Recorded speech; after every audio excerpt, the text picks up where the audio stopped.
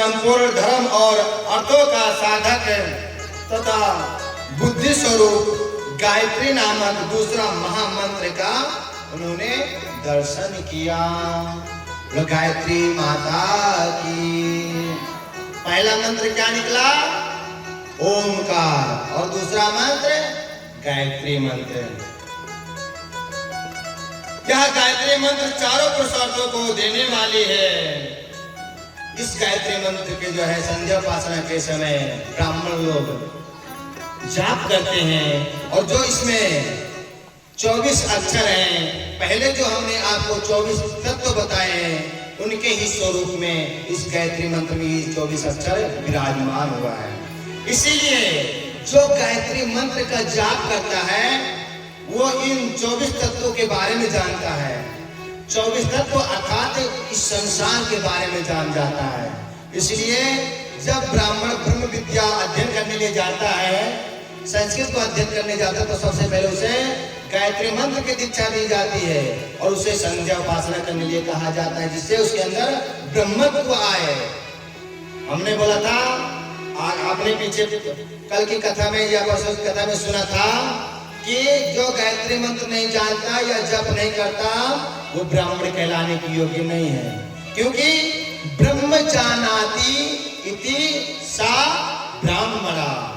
आप गायत्री को जानेंगे, जप करेंगे, तभी आप ब्रह्म जानेंगे, अर्थात 24 तत्वों के बारे में जान पाएंगे, इस संसार के बारे में जान पाएंगे, परमात्मा के बारे में जान पाएंगे और इस सृष्टि के रहस्य के बारे में जान पाएंगे। तभी आप जो है सब कर्म जो है सही से कर पाएंगे। इसलिए तभी आप कर्म करने के लिए अधिकारी है, दान लेने के अधिकारी है और ब्राह्मण कहलाने के अधिकारी है। उससे पहले आप अपने कुल का अभिमान लिए बैठे रहिए, आप ब्राह्मण कहलाने के योग्य नहीं है। इसीलिए सबको गायत्री मंत्र का जप करना चाहिए। बोलो शंकर भगवान की, वेद माता गायत्री की। उसके बाद महामृत्युंजय मंत्र, फिर पंचाक्षरी महामंत्र का और फिर दक्षिणामूर्ति संज्ञक चिन्हमयी मंत्र का साक्षात्कार उन्होंने किया। किसने साक्षात्कार किया? कुछ नहीं पता, इधर से सुनते हैं, इधर से निकाल देते। बोलो राम राम। बोलो शंकर भगवान की। ब्रह्मा और विष्णु, यदि आपको पता हो तो संकोच मत करिए, तुरंत जवाब दीजिए, बोलिए यदि हम पूछ रहे हैं तो। न अगर नहीं बोलेंगे तो हम सोचेंगे क्या कि आपको कुछ नहीं पता है, आपको कथा में आनंद नहीं आ रहा है। इसलिए बोलिए, किसने साक्षात्कार किया? हाँ, ब्रह्मा और विष्णु ने। आवाज आई। इसलिए शर्म मत कीजिए, आत्म स्वरूप में आइए, अपने दिव्य स्वरूप में आइए, भेद को मिटा दीजिए, एकत्व को प्राप्त कर लीजिए। फिर देखिए जो आनंद आएगा आपको कथा श्रवण करने में, वो आज से पहले कभी न मिला होगा, ना आगे मिलने वाला भी होगा।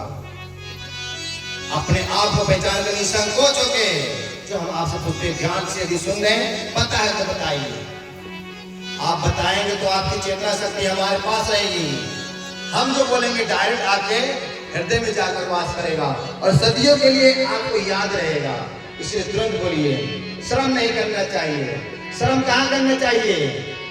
जो करने योग्य कार्य नहीं है, अधर्म का कार्य है, उसको करने में श्रम करना चाहिए।